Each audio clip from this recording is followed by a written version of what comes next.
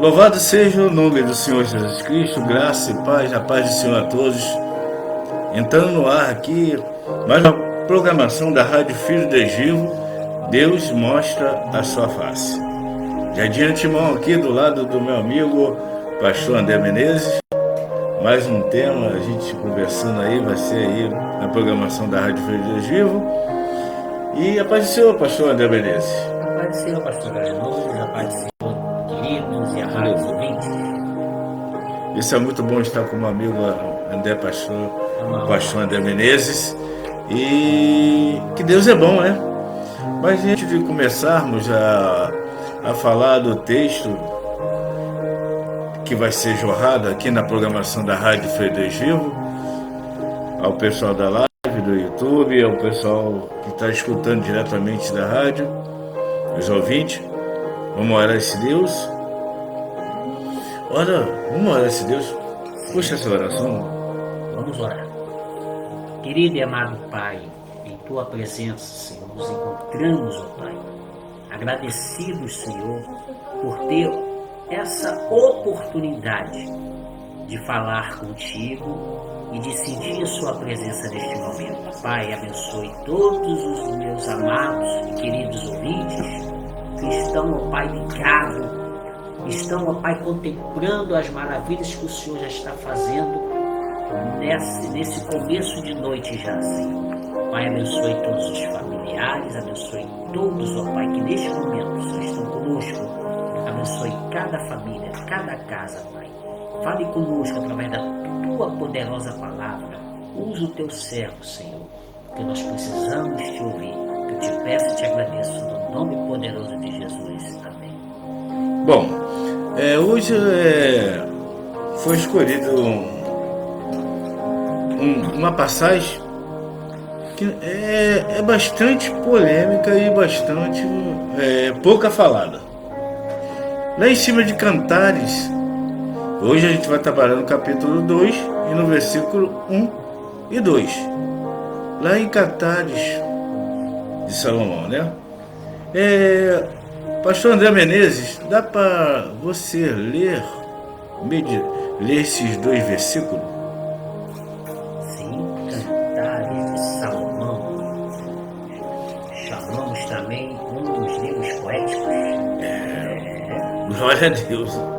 E diz a palavra de Deus assim, Cantares 2, versículo 1 e 2. Eu sou a rosa de Sarão, o lírio dos vales. Qual o lírio entre os espinhos, tal é a minha amiga entre as filhas. Glória a Deus. Então, o livro de Cantares, como o pastor André Menezes falou, é um livro poético. Tremendo. Né? Onde Salomão estava muito inspirado, né? E esse livro de Cantares dá bastante, como vou dizer, bastante assim, interpretação, vamos falar assim. Quando ele fala, o livro de Cantares fala, eu sou a rosa de Sarão e o lírio dos vales. Qual o lírio entre os espinhos? Tal é minha amada entre as filhas. Né? No versículo 1, quem fala é a noiva, a sulamita. Né? A sulamita se expressa e ela está descrevendo poeticamente: eu sou a rosa de Sarão, o lírio dos vales. Ela usa a imagem de flores comuns, mas belas, para expressar sua simplicidade e beleza. Então, no livro de Cantares, a gente já vê aqui que a sulamita ela se apresenta como a rosa de Sarão. Ela se apresenta como está descrevendo poeticamente para o seu amado, né? E alguém escrevendo para outro alguém. E no versículo 2, o noivo, Salomão, ele responde, elevando ainda mais a imagem dela. Então o noivo Salomão já vem respondendo a ela e elevando ainda mais a imagem dela. Ela diz que é comparada às outras mulheres, era como lírio entre o espinho, ou seja, ela é especial, é preciosa em meio a outras que não se compara a ela. Então Salomão já eleva mais ela. Ela se apresenta como Rosa de Sarão. E o versículo 2 vem Salomão: qual lírio entre o espinho e tal é a minha amada. Então eleva mais esse poema, esse amor, né? Interessante, né? E ele compara esse amor, ou seja, é especial e preciosa em meio a outras que não se compara a ela, Sulamita. Então tu vê que duas pessoas, dois jovens trocando um relacionamento. Coisa linda, né? Sim. Existem várias interpretações, né, sobre essa passagem, sobre cantares inteiros, não existe.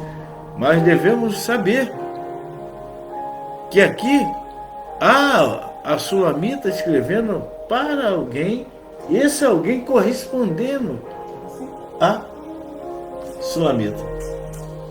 Né, pastor? É uma coisa muito poética. Interessante, Né? Muito.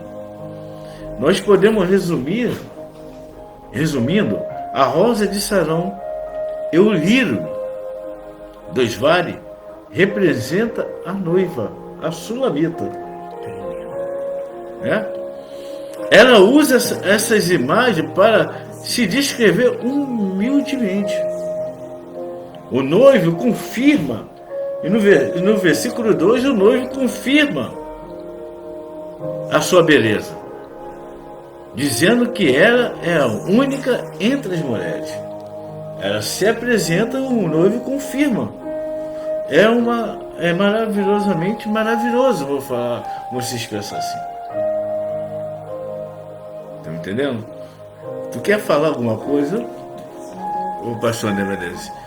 Eu sei que você queria ficar quietinho hoje, mas se você quiser falar alguma coisa, porque é um livro poético muito chamativo que muitos outros pregadores, estudiosos, também interpretam de outro modo, a qual a gente vai tocar aqui também.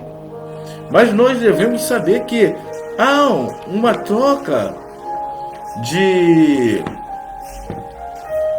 correspondência aqui, vamos falar, de uma pessoa está trocando e a outra está correspondendo, a outra numa forma também boa, agradável.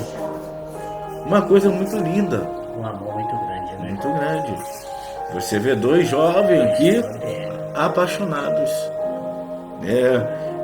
se expressando, se apresentando uma com a outra. E como falar sobre essa passagem? Essa passagem tremenda e essa passagem tremenda e poeticamente, né? Por que não falar, né, pastor Jorge?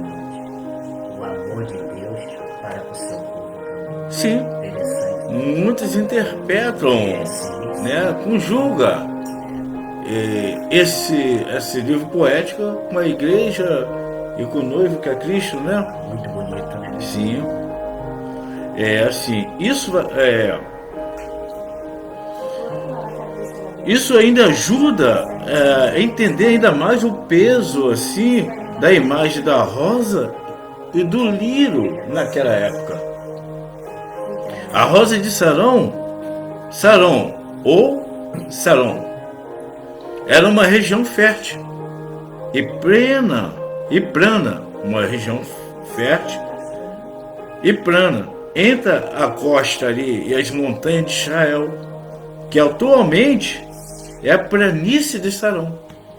Então é a Rosa de Sarão, o Sarão, é uma região fértil e plana entre a costa e as montanhas de Israel, atualmente a planície de Sarão. Que comparação, né? Isso. Então tudo tem um significativo desse poema. Quando a Sulamita e Salomão ele descreve esse amor um para com o outro, ele está descrevendo uma paisagem, a qual estão vendo da época e trazendo isso com a poesia amorosa. A rosa aqui mencionada, aqui provavelmente não é uma rosa moderna, cheia de espinho, mas sim uma flor silvestre da região.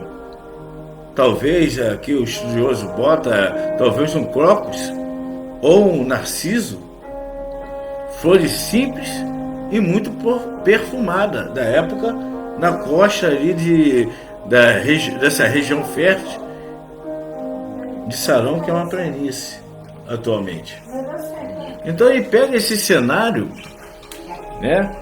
É bom que quando a gente vai conversando, a gente vai abrindo nosso entendimento através desse estudo.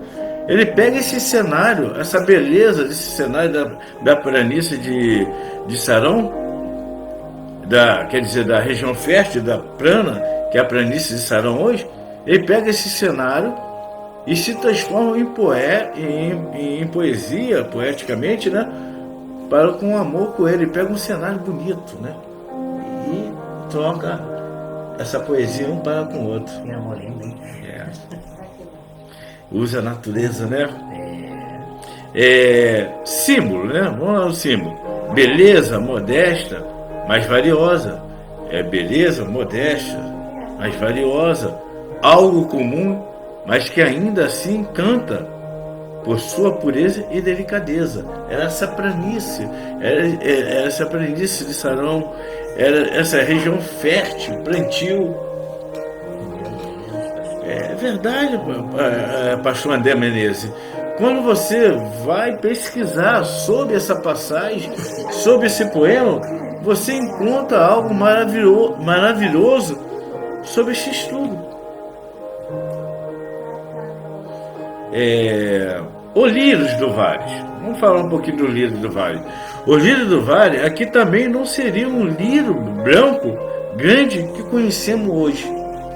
Hoje a gente conhece um lírio branco grande, né? Conhecemos hoje. Mas levando para aquela... mas talvez o lírio silvestre daquela época, como um lírio do campo mencionado por Jesus em Mateus 6, do versículo 28. Jesus menciona sobre isso. Eu vou pegar a Bíblia aqui para ver o que Jesus menciona. É bom a gente que é ao vivo. Se eu achar primeiro, você pode ler. Mateus, Evangelho de Mateus, capítulo 6, versículo 8. Se achar, pode ler em voz alta. Até eu abrir aqui, né? Mateus 6:8. 6:8. Já achou? Vai em voz alta aí. Pode ir, à vontade. E diz assim a palavra de Deus: não vós assemelheis, pois a eles, porque o vosso Pai sabe o que vós é necessário antes de vós lhe pedistes. Está em Mateus 6, versículo 8. Versículo 8. 6. Isso aí. Quer repetir? Pode repetir, pastor. Isso aí mesmo. Isso aí. Como mencionado em Mateus 6, versículo 8. Não, minto. Eu que errei. Sim. Versículo 28. 28. Tá? 28. Eu que errei. A gente é pacífico de erro. Estamos ao vivo aqui. O estudo está na mesa. Aí quando você leu o 8, eu vi que não era isso. Por isso que eu perguntei. Mas eu que errei. O lírio aqui também não seria um lírio branco, grande, que conhecemos hoje. Mas talvez o lírio silvestre, como o lírio do campo mencionado por Jesus em Mateus capítulo 6, versículo 28.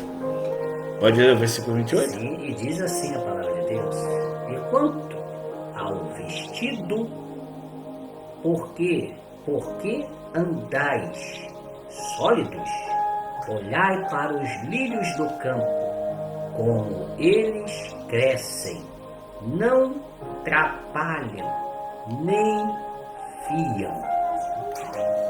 Então, aí ele menciona esse lírio. 6:28. É um lírio silvestre aí. Diferente que o lírio de hoje, né? Crescia em vales úmidos, muitas vezes entre ervas daninhas ou espinho. Então esse lírio crescia entre ervas daninhas ou espinho. Tremendo. Mas ele crescia, ele se formava um lírio bonito entre as ervas daninhas e entre os espinhos, num vale úmido, no meio vamos supor, dos espinhos, da diversidade, mas se formava algo bonito ali, né? Tremendo. Símbolo: pureza, inocência, beleza, que resiste em meio à dificuldade, espinhos e terreno hostil, que a erva daninha também está ali, que a erva daninha não serve para nada, o espinho também não. E em meio desse terreno hostil crescia o lírio do campo. Não contava dificuldade. Tu vê como a gente vai se aprofundando, não tinha barreira, né? Quando nós vamos se aprofundando em estudo, tu vê que o amor da Sulamita e do Salomão estocava no meio, numa época meio rígida, né? Rígida, mas crescia um amor ali poeticamente, né? O significado para os antigos hebreus: flores eram vistas como metáforas da vida humana, belas, mas passageiras. Isso percebeu. As folhas eram vistas como uma metáfora da vida humana. Ele comparava a vida humana, belas, mas passageiras. Isso é o significado para os antigos hebreus. A flor no meio do espinheiro indicava algo raro e especial. O amor verdadeiro em meio a um mundo corrompido. Tudo um significado.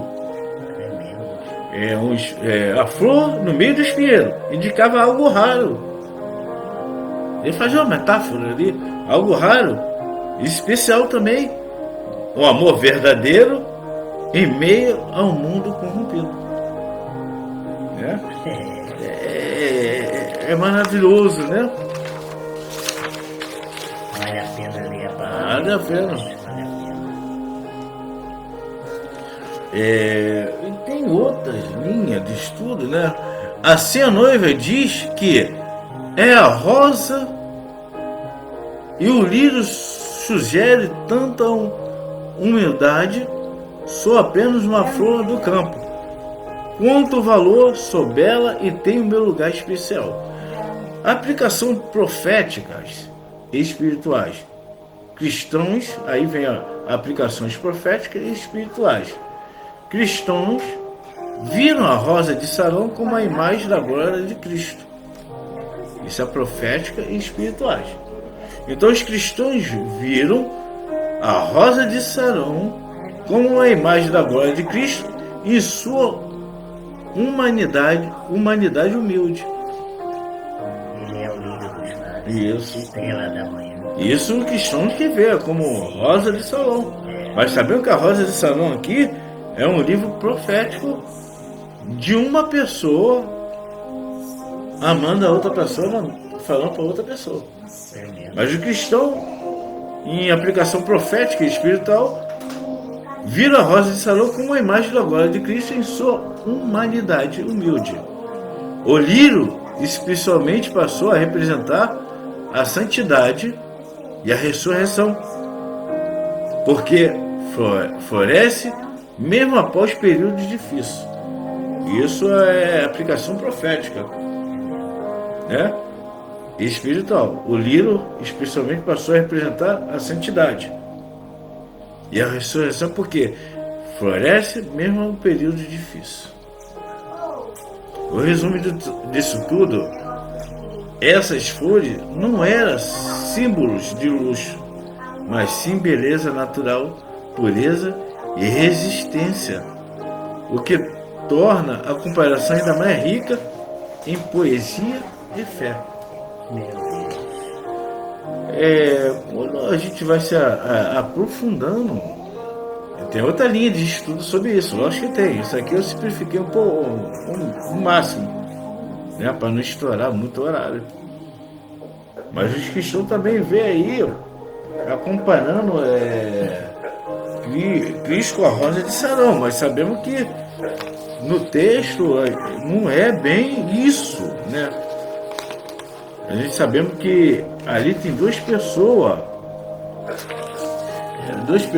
ele se comunicando poeticamente, né?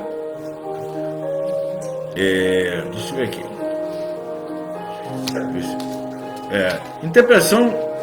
Interpretação alegórica cristã. Na tradição cristã, especialmente entre os pais da igreja, o noivo é interpretado como Cristo e a noiva como a igreja, ou às vezes a alma individual do fiel. Isso é uma interpretação alegórica cristã. Assim, Cristo é visto como a rosa de Salão.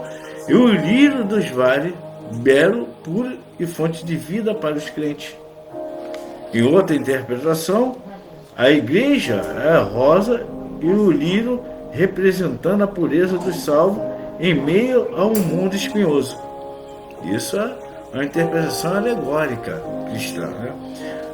A aplicação devocional, muitos hinos mensais devocionais de Jesus como o lírio do vale, exaltando a beleza e a ternura e a salvação que ele traz.